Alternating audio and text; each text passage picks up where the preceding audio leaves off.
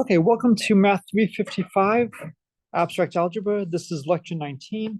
So what we're going to do today is we're going to finish up our discussion on fields and roots and then go into geometric constructions. So this will be a chance to see what you remember from your geometry class.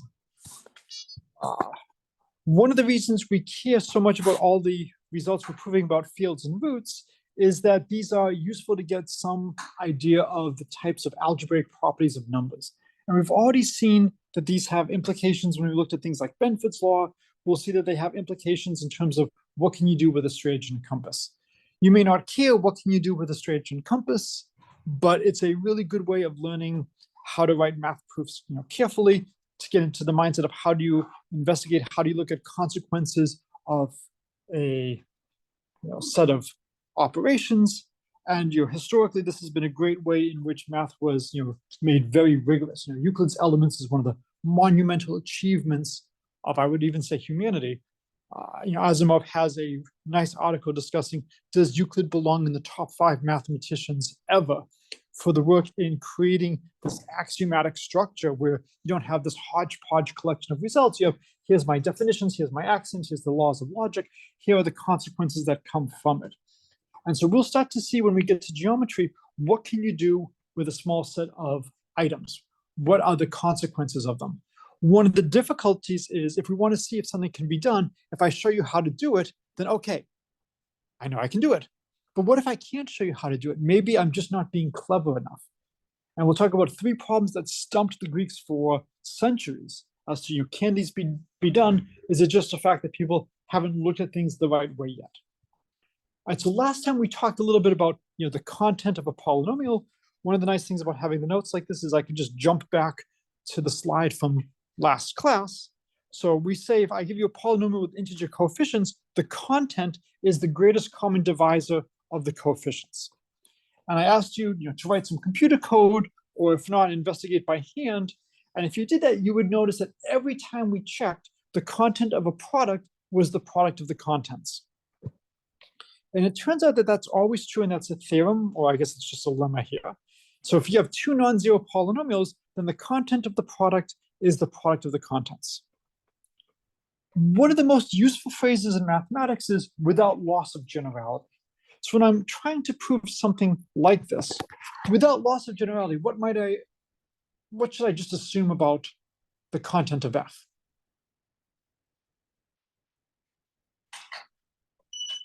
So without loss of generality, what can I assume about the content of F? It's enough to consider polynomials F whose content is yeah, just make it 1. If the content of F wasn't 1, I could just pull that out from all the polynomials. And similarly, if the content of G wasn't 1, I can pull that out of all the polynomials. So without loss of generality, it's no problem to assume the content of F and G are 1. So now what we want to do is we have to show that the content of FG equals 1. Right. And let's see how we can do this. So what does it mean if the content is not 1? Assume not. So the content of FG does not equal 1. What would it mean if the content does not equal 1?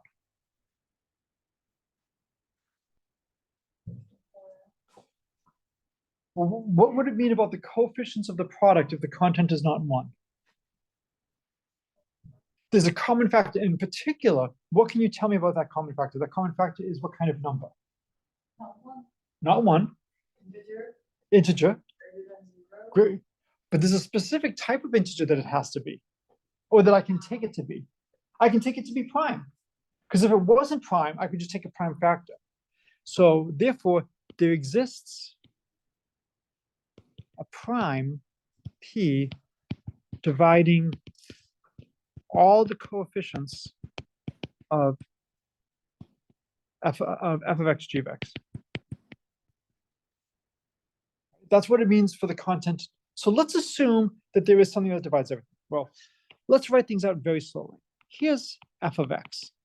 It's A0, plus a1x plus dot dot dot dot dot plus, let's say, ak minus 1 x to the k minus 1 plus ak x to the k plus dot dot dot. And let's look at g of x, which will be, say, b0 plus b1x plus dot dot dot plus bl x l minus 1 x to the l minus 1 plus bl x to the l plus dot dot dot. And now I can look at their product. I can look at f of x, g of x. That's going to be a0, b0 plus a1, b0 plus a0, b1 times x plus a2, b0 plus a1, b1 plus a0, b0 x squared plus dot dot dot. Okay. Now, we know by assumption that the content of fg is not zero, that a prime divides everything. So since the prime divides everything, this has to be a multiple of p. And this has to be a multiple of p. And this has to be a multiple of p. And so on and so on and so on. So if a naught, b naught is a multiple of p, what can you deduce?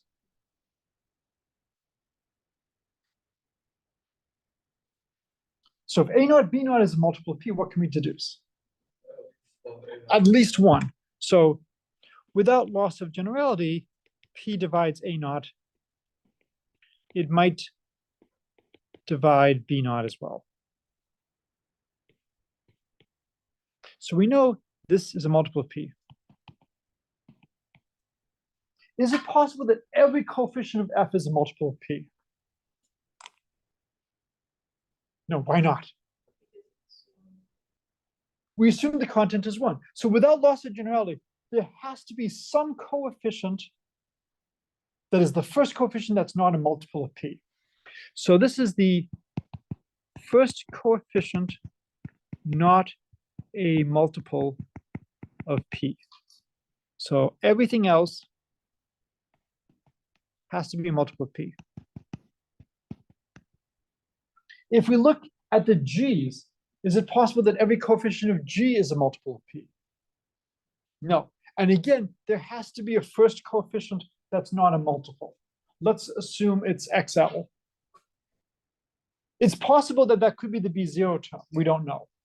So this will be the first coefficient not a multiple of p, and all of these will be multiple of p.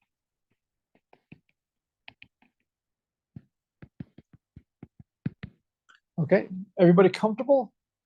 So now let's look at the x to the k plus l term. So how can we get an x to the k plus l? Well, we could have a to the k plus l be 0. We could have a to the k plus l minus 1 be 1 plus dot dot dot plus a to the k plus 1 b to the l plus 1. Now things get interesting. We could have the ak bl term. And then the next term would be a k minus 1 b to the l plus 1 all the way down to a0 b to the k plus l. That's not a really good case. Let me draw it better. What do we know about the AKBL term? So this is not a multiple of p.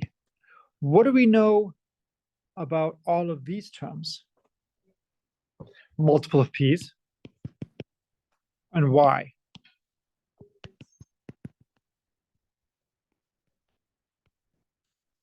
Right, and which are the numbers that are giving it to us? Here, it's 8k minus 1 It's the A's, yes. Because of the A's. And if we look at all of these, they're multiple of P because of the B's. I had a typo, it should be B to the L minus 1, so that the sum of the indices is K plus L. So, contradiction.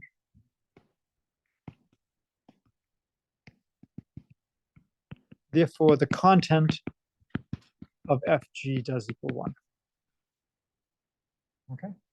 So this is a really nice idea. We take the first coefficient that's not a multiple of P from both of them, and when they hit, we have something that's clearly not going to be multiple of P, and everything else will be multiple of P.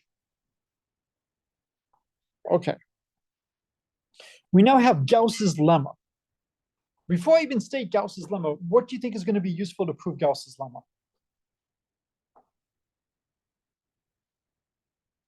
Yeah, the thing we just did a moment ago, right? There's probably a reason why we spent this time on content. What Gauss's lemma says is, imagine we have a polynomial with integer coefficients and assume it factors in Q of X. So that means we can write F as, say, G times H, where G and H have rational coefficients. Then we can factor F using polynomials with integer coefficients. So in particular, if you can't be reduced in Q of X, you can't be reduced in Z of X and vice versa. So this is nice that we don't really have to worry. It kind of restricts things to check. How many rationals are there less than 2024? Be more specific. Infinitely many. How many integers are there, let's say, whose absolute value is at most 2024?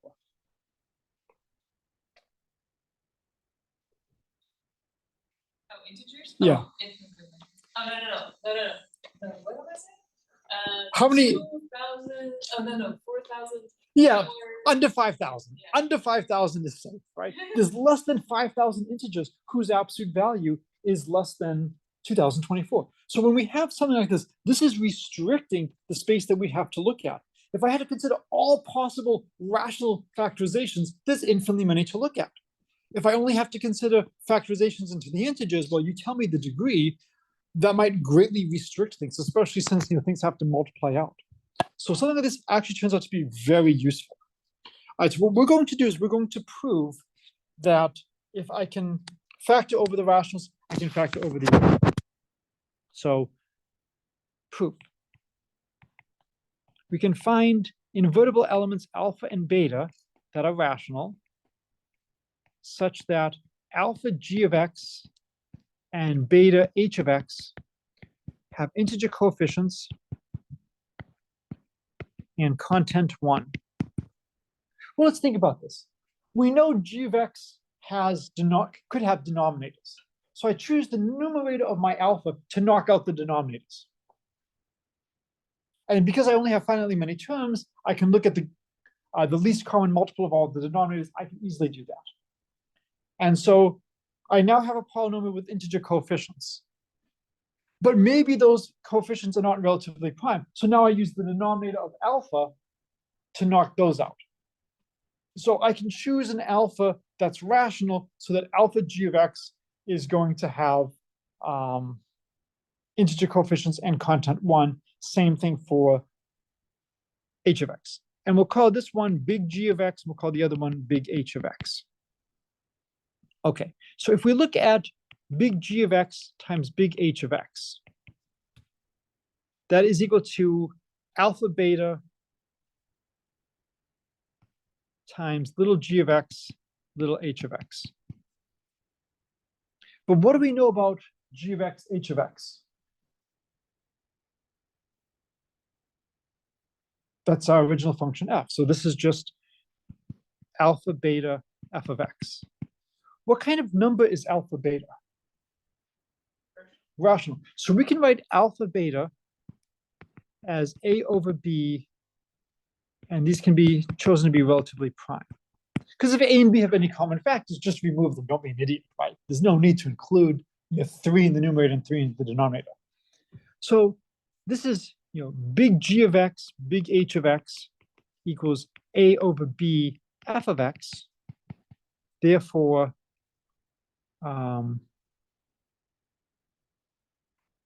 we get big B times G of X, H of X equals big A, F of X. And without loss of generality, what should we assume is true about the content of F?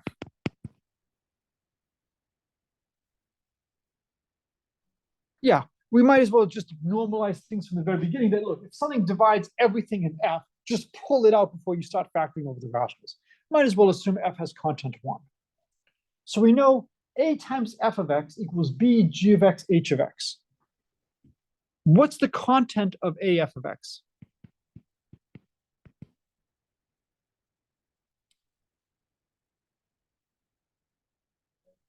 It's just A. And now we use the content of a product as the product of the contents. What's the content here?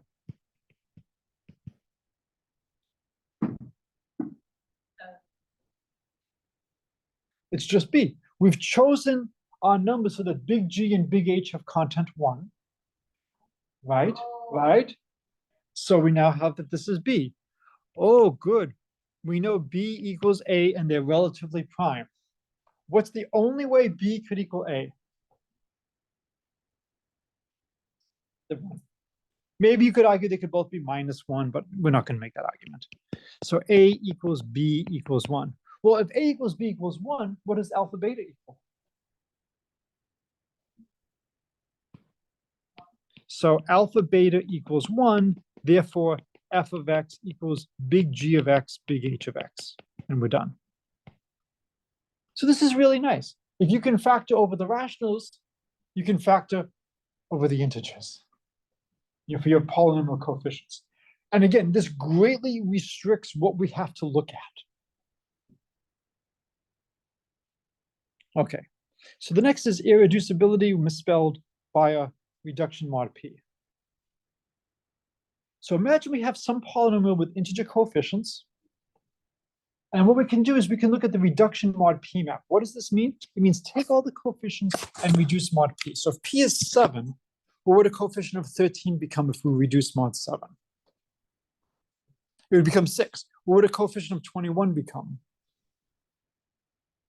if we reduce mod 7? It just becomes 0. And so what the corollary says is that if you look at the reduced polynomial, the reduction mod P, if that is irreducible and the prime does not divide the leading term, then your original function is irreducible. It's important to know what a corollary is and what a corollary is not. It does not tell you that if the function is reducible, then the original function is reducible. So it's possible that maybe when I reduce mod P, I get something that's reducible. So we have to, be very careful about what we actually have from this. We only have that if the reduction is irreducible and the prime does not divide the leading term, then the original function is irreducible over Q of X. So what that means then is perhaps I can find a polynomial that's reducible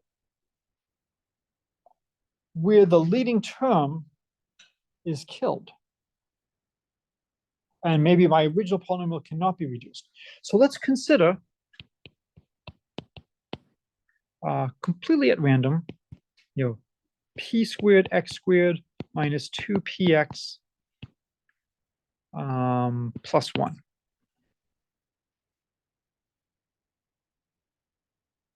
Okay.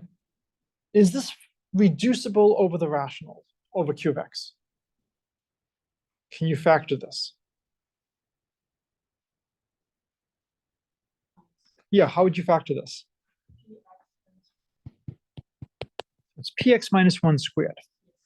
But if we look at it mod p, we get 1, and that is irreducible. I can't factor 1 further as a product of two polynomials. So, and if you don't like this example, I can bump up the degree a little bit. I can multiply everything through by x and then it would reduce to x and not 1. So if that bothers you, multiply through by x. The problem is the leading coefficient was a multiple of p. And so when I reduced, I did get something that was irreducible, even though the original polynomial was reducible. So this is how we have to be very careful. Then the other thing is, what if we have something that is reducible in FP? Does that mean that it has to be reducible upstairs? No. So let's look at x squared minus px plus 1. No, let's do minus 1. If we look at this mod p, we get x squared minus 1, which is x minus 1, x plus 1. So it's definitely reducible if we look at it mod p. Is x squared minus px minus 1, is that reducible or irreducible in Q of x? How do you know?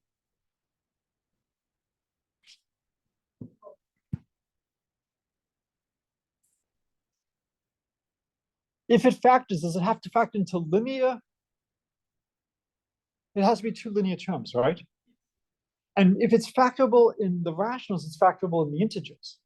So my coefficients have to be integers, right? So we're already using that Gauss lemma right now. I can write it as a1x plus a0 times b1x plus b0.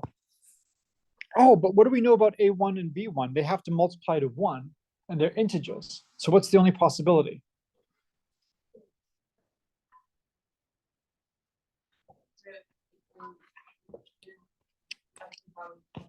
The absolute value is 1, and they actually have to have the same sign. So without loss of generality, I might as well assume they're both 1. So it's enough to just look at polynomials of the form x plus a0, x plus b0. But a0 times b0 has to equal -1.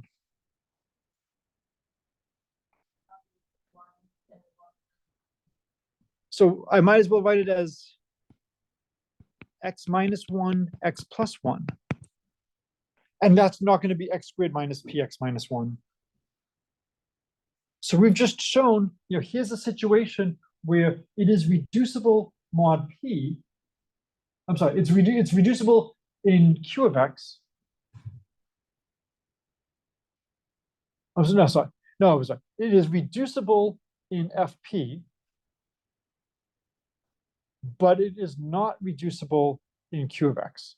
So if we know that it's reducible, we don't get any information. So if we look at the reduction mod p map, so if reduction mod p is reducible, no information. If you remember your sequence and series tests from calculus, there are some times when the ratio equals 1, you have no information, and you just have to try again. Or if the limit equals 1, no information, you have to try again. It's that situation here. If the reduction is reducible, great, but that's not going to help us. If the reduction is irreducible and the prime doesn't divide the leading term. Okay, let's imagine, so imagine f is reducible in z of x. So then I can write f of x as g of x, h of x. And because the leading term is not a multiple of p, what do we know about the degrees of the leading terms of g and h? They're also not going to be divisible by p. So leading terms of g and h are relatively prime to p. So if I look at the reduction of f mod p, that would be the reduction of g mod p times the reduction of h mod p, and both have same degree as g and h. We don't worry about things collapsing down. So if f is reducible in z of x, then f is reducible in fp of x. So f reducible in z of x implies f is reducible in fp of x. So if f is irreducible, in Fp of x, what can we conclude? So we know that if it's reducible in z of x, it's reducible in Fp of x. So if it's not reducible in Fp of x, if it's irreducible in Fp of x, well, there's two possibilities. It's either reducible or not reducible in z of x. If it's reducible in z of x, then it's reducible in Fp of x. We know it's not reducible in Fp of x. And the leading term is not 1. All right, so therefore, we know f is irreducible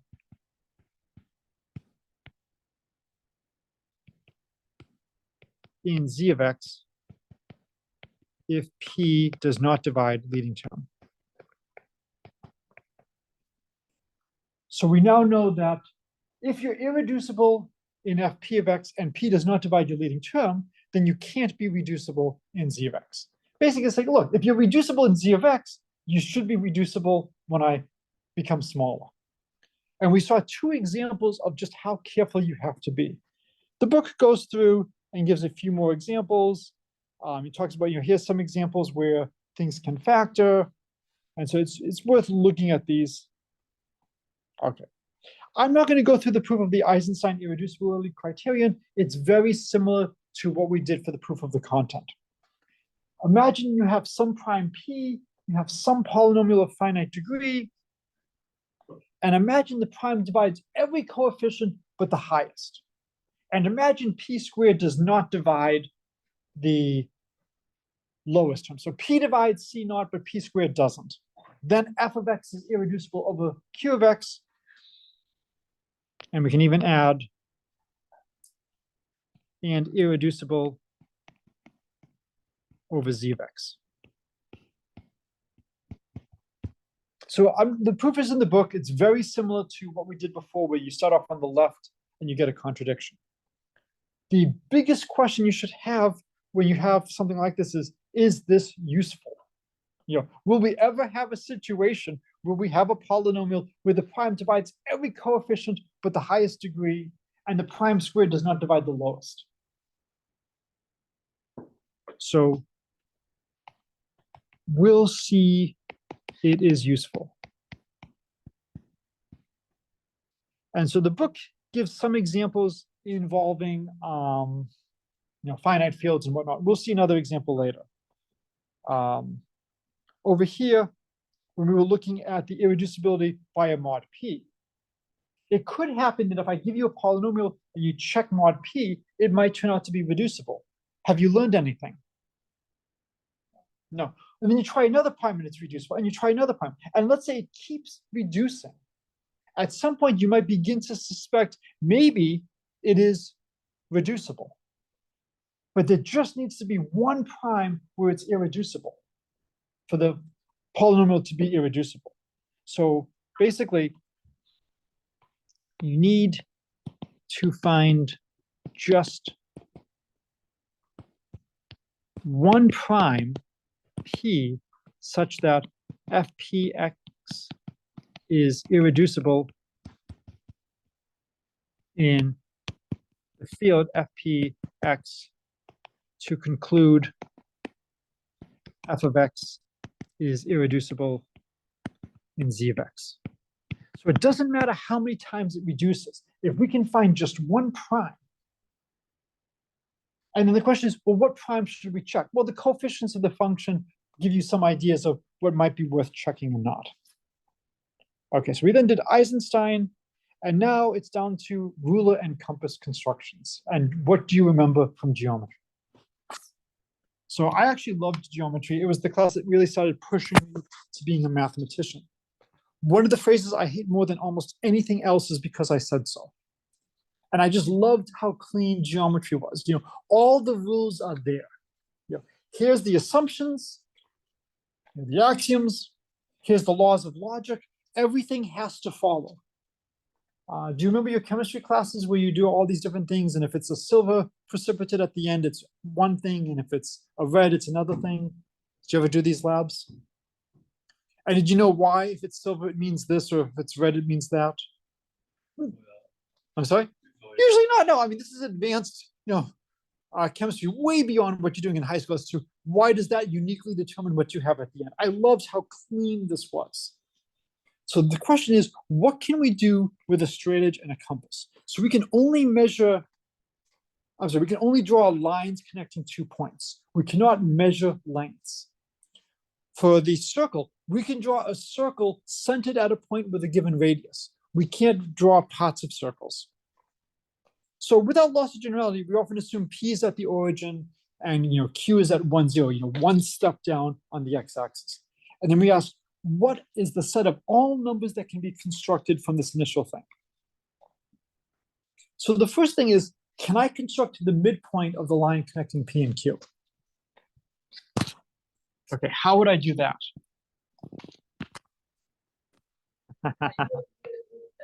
Two circles. Two circles, good. Center P and Q and radius PQ. Good. So we first use the straight edge and we draw the line connecting P and Q. Then we draw a circle with radius PQ centered at P. We draw a circle with radius PQ centered at Q. And that gives me 2 points of intersection. We use our straight edge. And we've now drawn the perpendicular bisector of PQ. Excellent. Can we draw an equilateral triangle? Yes. Yes. Yeah, it's actually right here, right?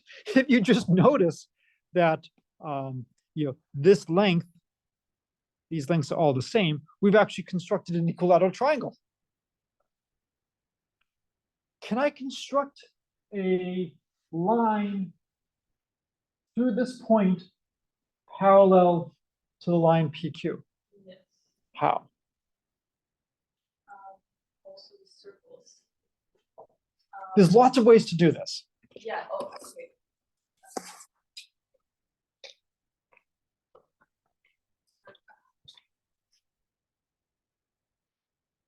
Okay, I would do, maybe it's not the most optimal form, but draw a circle in that yellow dot. Yes, good. Yes. There's an obvious name to give it. What's the obvious name? No, P, Q, R. So we have our pirate point R. Okay. So draw a circle. And we'll call this point, we can call this point here M for the midpoint. So circle with radius RM from R. Good. So if we do a circle with radius RM, we would get 2 more points. One more. Oh, okay. Okay. So you want to draw a circle like that? I mean, no, from R. The R is center. yes. Oh, and RM is radius.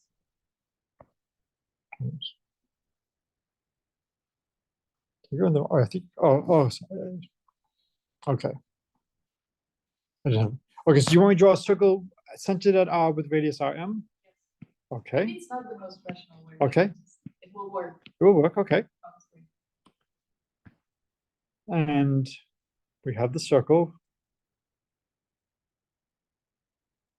Now what? So we'll get the point up. Yeah. The RM line. Yep. So we'll get a point over here. Yes. And we'll name it M. We'll call it maybe say M prime. Oh, yeah.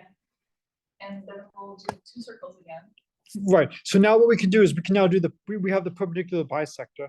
So we can draw circles at M, circles at M prime, and we can get the line now going through here like this. Yep. So if I have a point above a line, we can do that. Another thing I could have done here is I could have actually constructed the point P prime over here and just mirror it, do it again, and I could get 2 more points up here and down here. There's lots of ways you can do it. We can draw a line parallel to another line going through a given point. And so there's all these questions of what can you do? Here are 3 things the Greeks really wanted to do.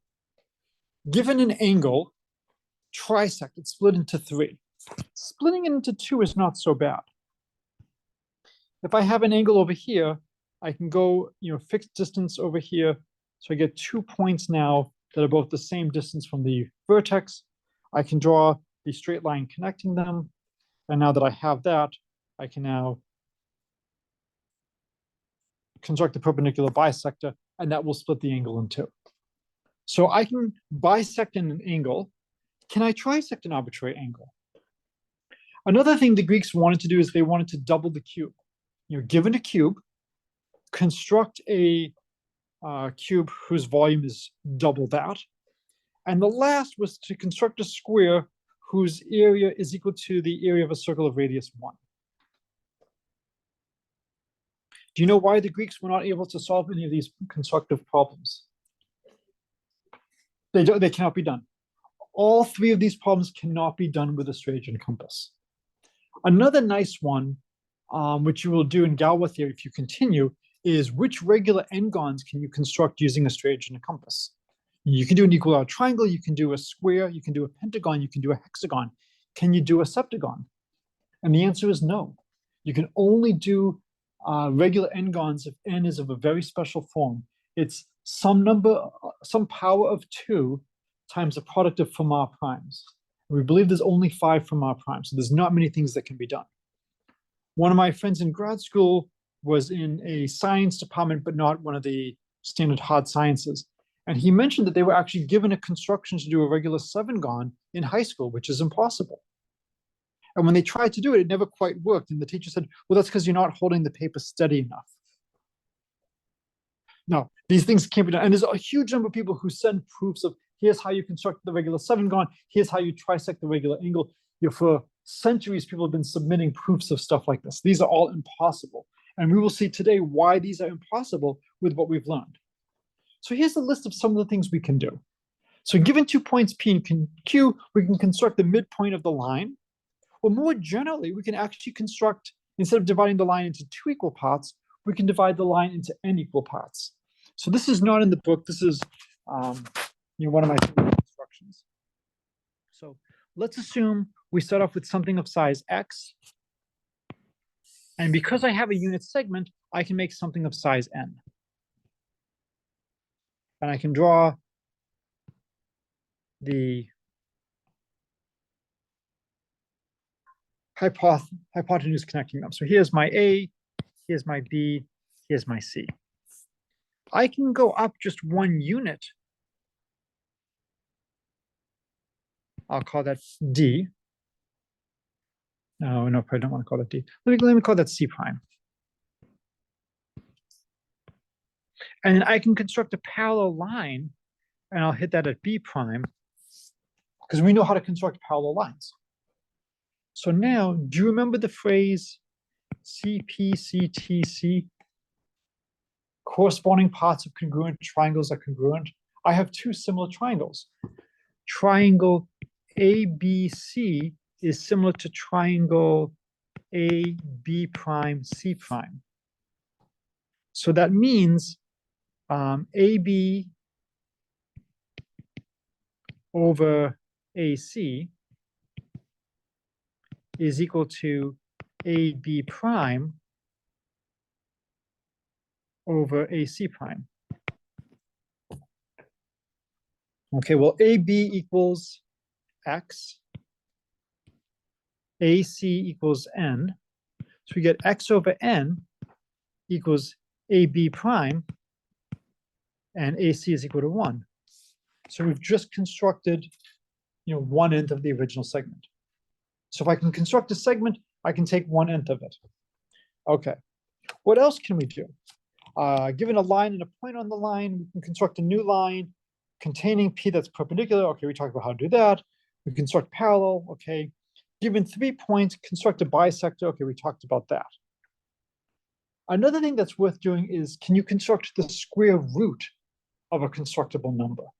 So if I give you X, can you construct the square root of X? And one thing is, you might try to say, well, we know Pythagoras has some square roots in it. Can I somehow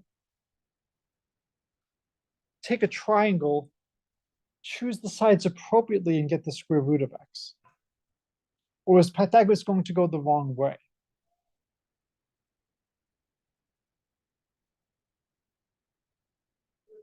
So I want to get the square root of x.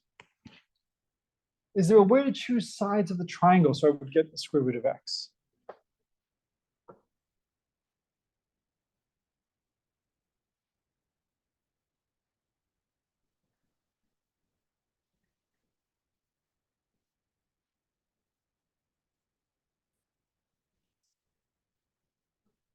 So if I try, maybe I make this side square root of x, maybe I make this side 1. What would the hypotenuse be? Not x plus 1. Square root of x plus 1. And so if I'm trying to get the square root of x, having the square root of x plus 1 is not going to help. But if it's an integer, could I keep doing this until I eventually got to something that was an integer? And then if I have the square root of x plus 1, can I get the square root of x? Yeah, because what I can do is I can, draw, oops. I could draw the line like this. I could draw, a circle of radius the square root of x plus 1, with this as the center. And where that hits, give me a triangle. So if I can do the square root of x plus 1, I can do the square root of x. Right? And now what I could do is, I could do the lather, rinse, repeat. I could do 1 square root of x plus 1. What would I have up here?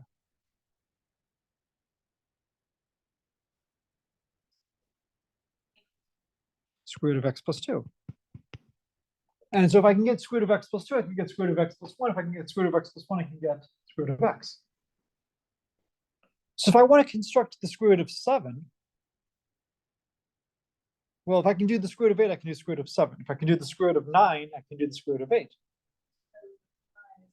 Square root of 9 is 3. So this is a way to construct the square root of x, if x is an integer. Then the question is, well, what if it's irrational? Well, okay, well, if it's a rational number, I've got the square root of the numerator, square root of the denominator. So if I give you 2 lengths, can I divide one length by the other?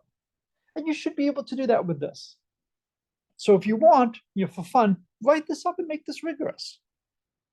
I did not do this with section 1. I just came up with this right now as to here is a possible way to get the square root of a number, and then I write x as p over q, do p, q, then multiply square root of p by 1 over square root of q. So we have to be able to take the reciprocal of a length. We have to be able to multiply them. I think you can do all that with CPCTC and stuff like that. But if you want some fun geometry, see if you can make this rigorous.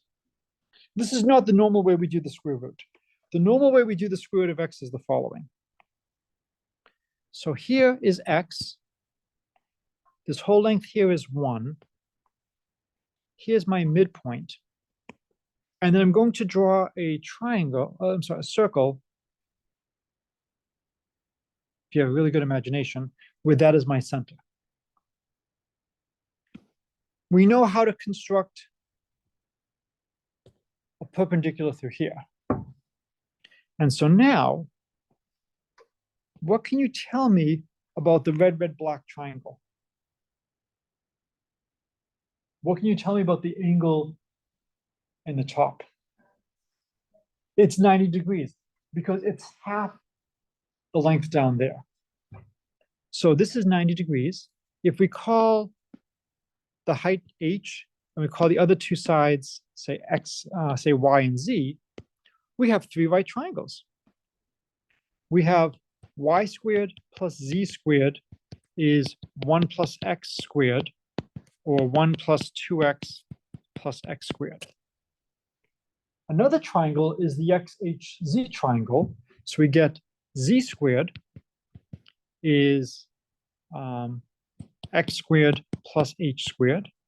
And then we have the y1h triangle. So we get y squared is 1 squared plus h squared. So if we subtract, everything cancels on the left. And on the right, the x squared cancels, the 1 cancels, and we get 2x plus 2h squared equals 0. Minus 2h squared equals 0. Therefore, h equals square root of x.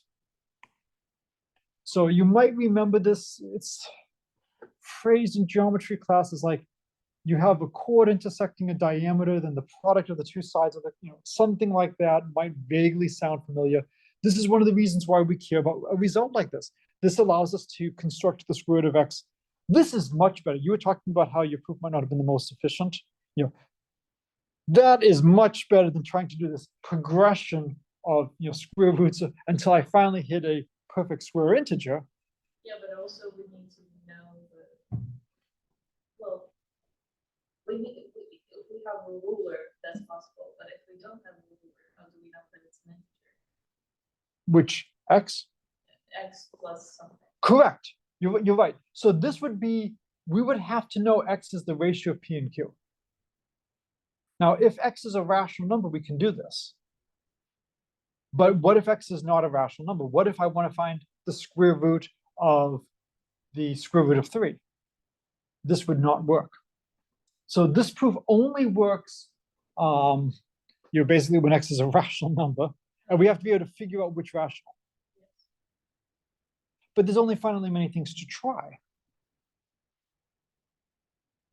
It's not a good proof. All right. This is a good proof. And this works for any x. Okay. So the set of constructible points is the smallest set of points in the plane with the following properties. 0, 0, and 1, 0 are constructible. So this is just basically our initialization. The origin and 1 unit down on the x-axis. So we have to be given an initial unit segment. That's where we're putting the unit segment. And then some other points, P, Q, R, S, are constructible. If they're constructible, then all of the points in the following intersections are constructible. If I have two lines intersecting, that new point is constructible. If I have a circle intersecting a line, constructible. If I have two circles intersecting, constructible. Okay? And so the big theorem is if alpha is a constructible number, then alpha is algebraic over Q, and its extension is a power of 2. So what we're going to do to prove this is we're going to show that every time lines and circles intersect, you have to solve a polynomial of degree 1, 2, or 4. And so the root that you're at is going to always be something like that. Do we agree that if two lines intersect, this is going to just be degree 1, it's not going to be bad? A line hitting a circle is not that bad because you can write from the line y is a function of x, put that into the circle, that's going to be a quadratic. So the only one that's really worth studying is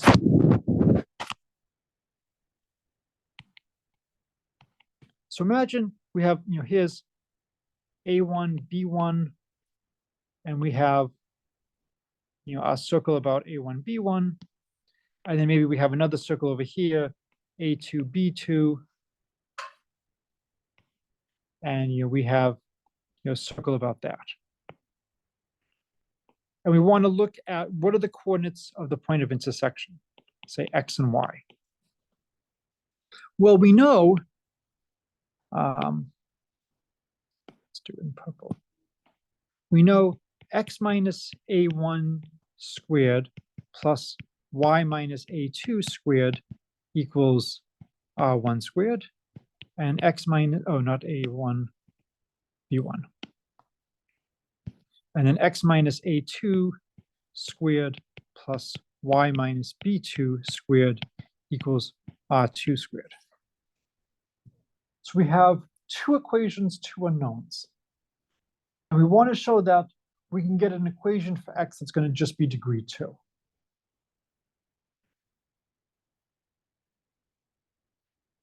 All right, any thoughts as to how we do this?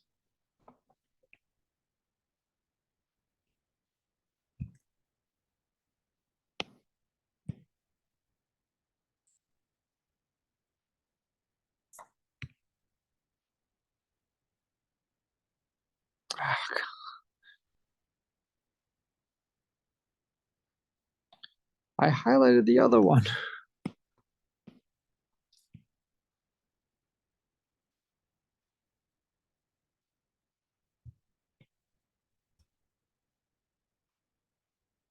There we go. Okay. So how would we solve this? We've got two equations, two unknowns.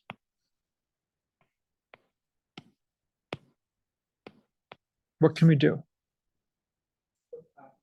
Yeah, we can subtract one from the other. So if we expand things out to make the subtraction, this is going to be x squared minus 2a1x plus a1 squared plus y squared minus 2b1y plus b1 squared equals r1 squared. We'll have x squared minus 2a2x plus a2 squared plus y squared minus 2b2y plus b2 squared equals r2 squared. And so when we subtract, we're going to get 2a2 minus a1x plus 2b2 minus b1y equals integer. I don't care what it is, it's some integer. So I can solve for y in terms of x. So can solve for y in terms of x, get y is equal to alpha x plus beta, say, where alpha and beta are rational. And so now we substitute into either circle equation. We now have a quadratic in x. So either the quadratic factors into two linears and we don't introduce anything new, or it's a quadratic and we need to take a square root. Do we know how to take square roots? Yeah, that's one of the reasons why we just mentioned how do you take square roots. So the quadratic formula is available to us. We can find, use our construction of square roots.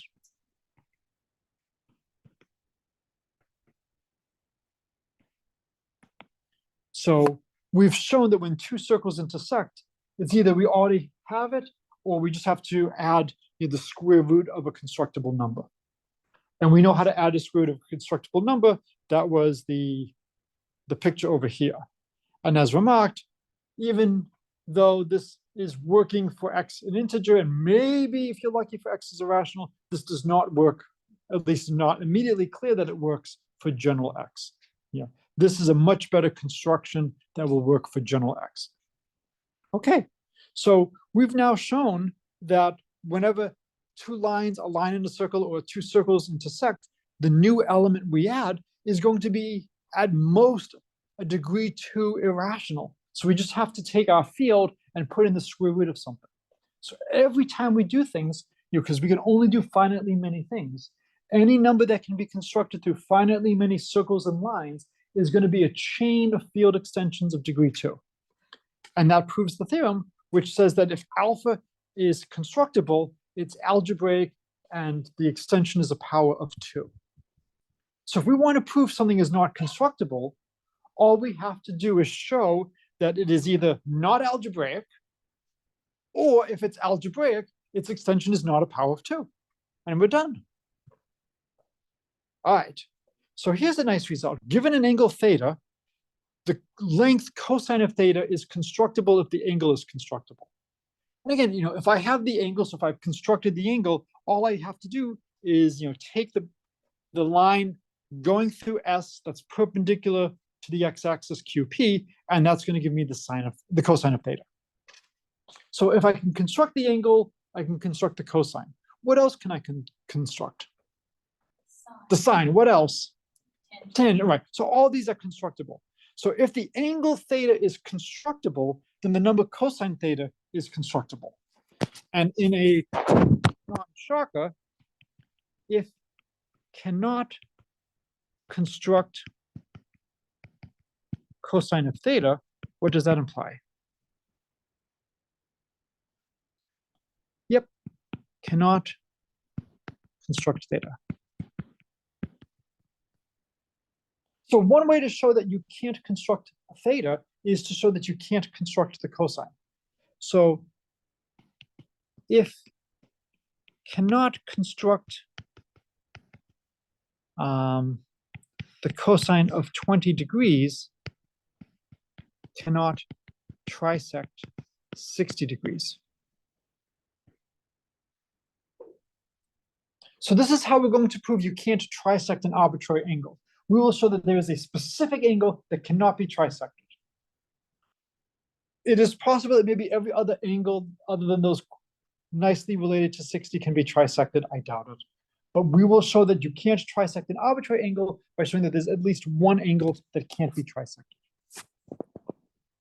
And now, the problem I had you think about is now going to become apparent as to why I wanted you to look at the identity cosine of 3 theta is 4 cosine cubed theta minus 3 cosine theta.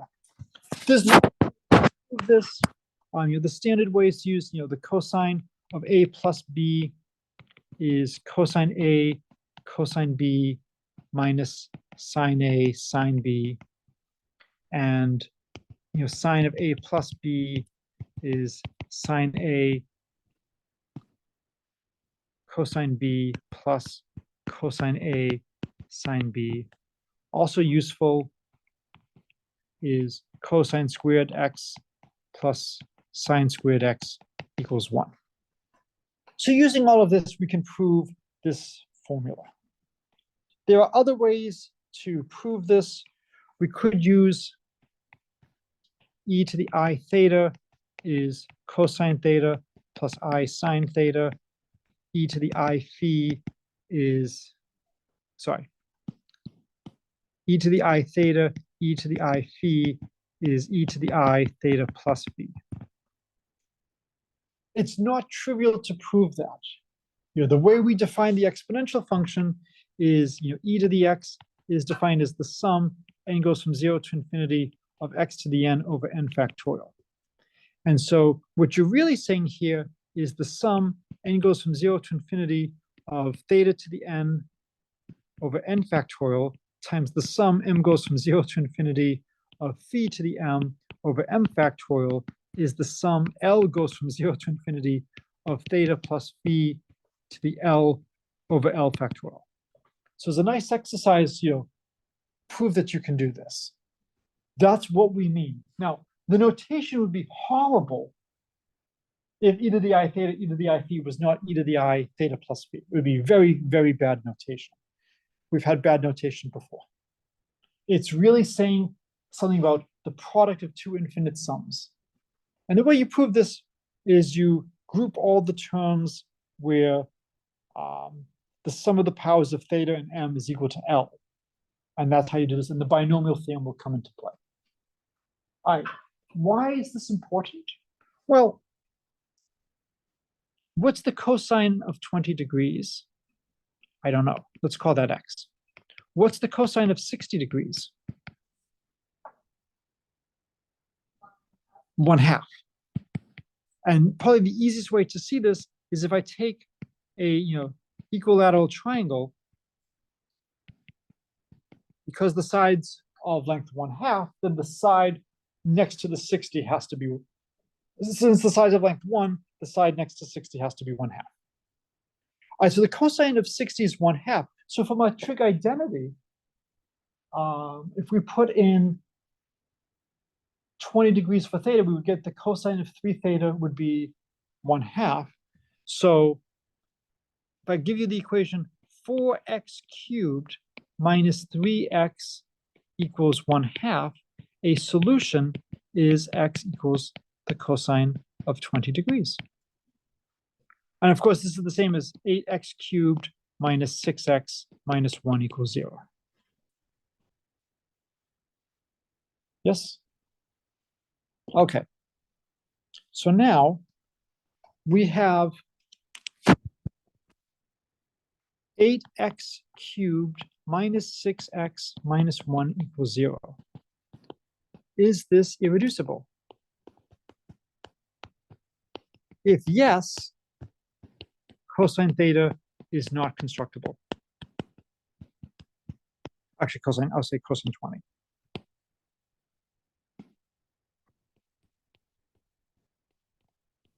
So how can we tell if this polynomial is reducible?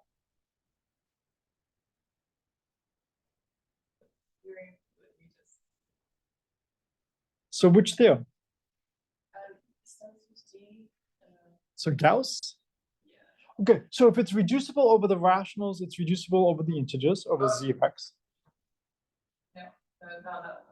Eisenstein, where there's a prime that divides. Nope. The mod p. So you would have to find a prime, reduce it mod that prime. That prime can't be 2 because that kills the leading coefficient. So you could try 3. And if you reduce this mod 3, it would be negative x cubed minus 1. So that become x cubed plus 1. But unfortunately, so let's try this. So if we look at it mod 3, we get negative x cubed minus 1, which is negative 1 times x cubed plus 1, which is negative 1. Now, negative 1 is a root to x cubed plus 1. And then I think it's x squared plus x plus 1. No, oh no. Can't be a plus 1 there. But we know x equals. Okay, so I'll do this plus dot. So maybe we could try mod 7. And then you would get x cubed minus x minus 1 equals 0. So is this reducible mod 7? Oh, plus x, sorry, plus x. So I'll leave this as an exercise to see if you can make this work. But if it factors, let's say it factors over the integers to g of x times h of x. What are the possible degrees of g and h?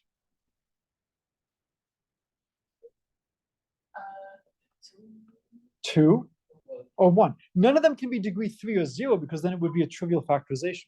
So without loss of generality, we can assume this is degree 1. We can assume this is degree 2. And because we show that if you factor over the rationals, you factor over the integers, we know I can write this as, say, a1x plus a0 times b1x squared, so b2x squared plus b1x plus b0. So all we have to do is show that no factorization like this exists. So we have to show that there's no linear polynomial. Well, this would have root negative a0 over a1. Fortunately,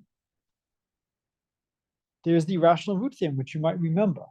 If I give you a polynomial of degree n, we'll assume an and a0 is non-zero, because if there's 0, I can just change things around. Then if p over q is a root, then p has to divide the constant term a0, and q has to divide the leading coefficient an. So there's only finitely many possibilities for rational roots. That's really nice. So when I go back over here, so if p over q is a root, we need p to divide negative 1, and q has to divide 8. How many possibilities are there?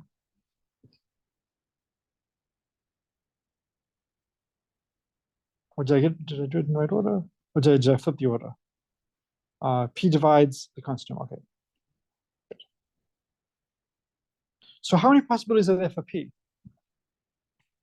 So p is plus or minus 1. And what about q? Plus or minus 1. Now, without loss of generality, I can assume that p is 1. Because I can just choose the sign to be incorporated in q. So without loss of generality, p equals 1. If I hadn't done that, how many choices would I have P and Q for P over Q?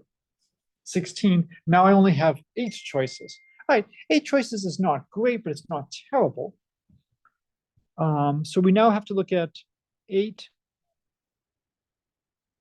And I have, we said a lot of possibilities here. Is it possible that the sign is positive? Or is it possible that the sign is negative? Can I eliminate one of those cases?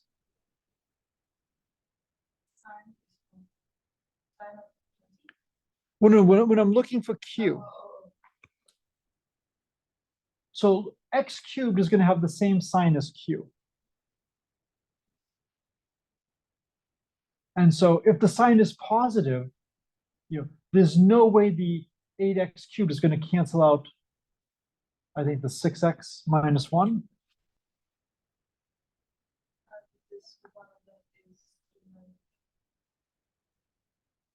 Well, we're going to have a rational number, right? So we got to be careful about how things cancel, right?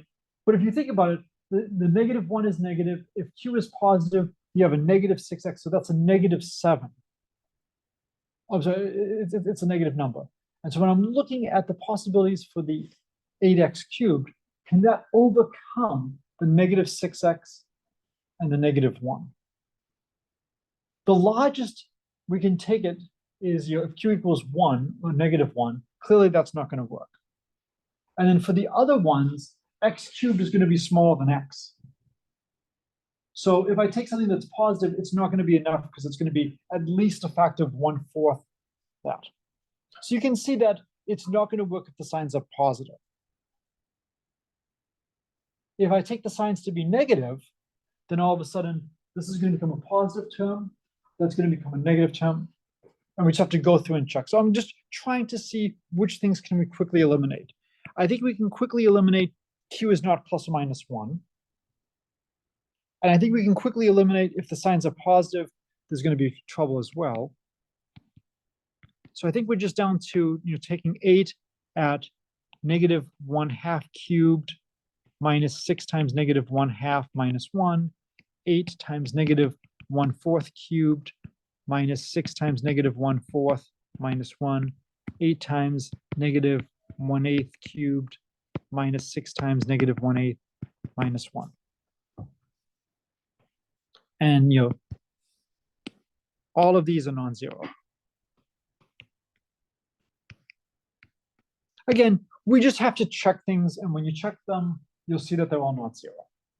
It's what's the best way to do the algebra. Worst case, there's 16 things. I'm being lazy. I don't want to go through all the 16 things. I have a meeting that's starting in a few minutes. So, but I think you can make the argument that we only have to check these 3 ones over here. And these ones are very easy to check. The first one you can see, this is going to be -1, -2. That's going to be +3. It's not going to work. The last one, the -1/8 cubed, is going to be so small. There's no way this is all going to line up. And similarly for the other one. So this tells us that this polynomial 8x cubed minus 6x minus 1 is irreducible. So the root cosine of 20 degrees is of degree 3. So it's not a power of 2, so not constructible. So we have already resolved one of the 3 problems that stumped the Greeks. Not bad for an hour's work. We have time to do one more. The cube root of 2 is not constructible. Can someone give me a polynomial that the cube root of 2 solves?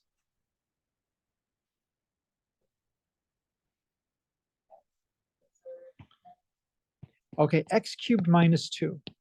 Is this irreducible?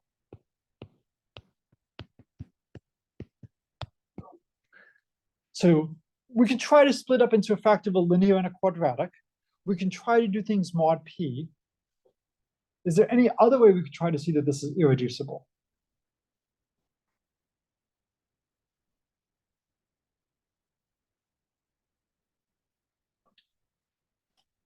Let me write it another way. x cubed minus 0x squared minus 0x, oh, I'll do pluses, minus 2. Look at those coefficients. Do you notice anything about all the coefficients other than the first one? All coefficients but the first are what? They're even, so they're multiples of 2.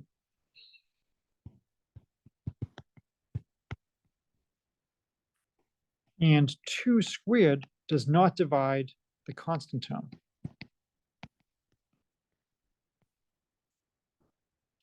It's almost as if this was pre-planned, right? Where we have Eisenstein's criterion. If I give you a polynomial where all the coefficients are multiples of a prime, but the leading term, and the prime squared does not divide the constant term, then the polynomial is irreducible. What a coincidence, right? So there are other places where this shows up, but it turns out that this actually is useful. So by Eisenstein, it's irreducible. So the cube root of 2 is of degree 3, not a power of 2, so it is not constructible. It wouldn't be too bad to try to write x cubed minus 2. If I had to factor it into the integers, it would have to be x minus a, and then x, say, plus bx plus c. X squared plus b. It would have to be something of that form, right? And then a is either going to be plus 2, minus 2, plus 1, or minus 1. There's not that many possibilities. But if it was factorable, then you would have to have an integer solution to this, which we know we can't have because of Gauss's lemma. So you could also get this by using Gauss's lemma. If this is reducible over q, it's reducible over z of x. If it's reducible over z of x, because I have to get the x cubed, I've got to have an x minus a, and there's no integer that cubes to 2. So you would then have to somehow use the fact that the cube root of 2 is irrational. Okay, so this is a good place to stop. We finished chapter 8 and we did a bunch of geometric constructions. This is phenomenal to see all of this stuff. I guess since there's a few seconds left, it is worth remarking the last one requires more work. Pi is a transcendental number. It does not satisfy any polynomial with integer coefficients in finite degree. It is doable with the math we have to show that pi is transcendental. It's just long, and just doing a bunch of integrals and showing that eventually you get a contradiction if it had satisfied some polynomial. If people are interested in that, let me know. I'm also happy to just give some references on that. All right, so this is a good place to stop. A couple of seconds.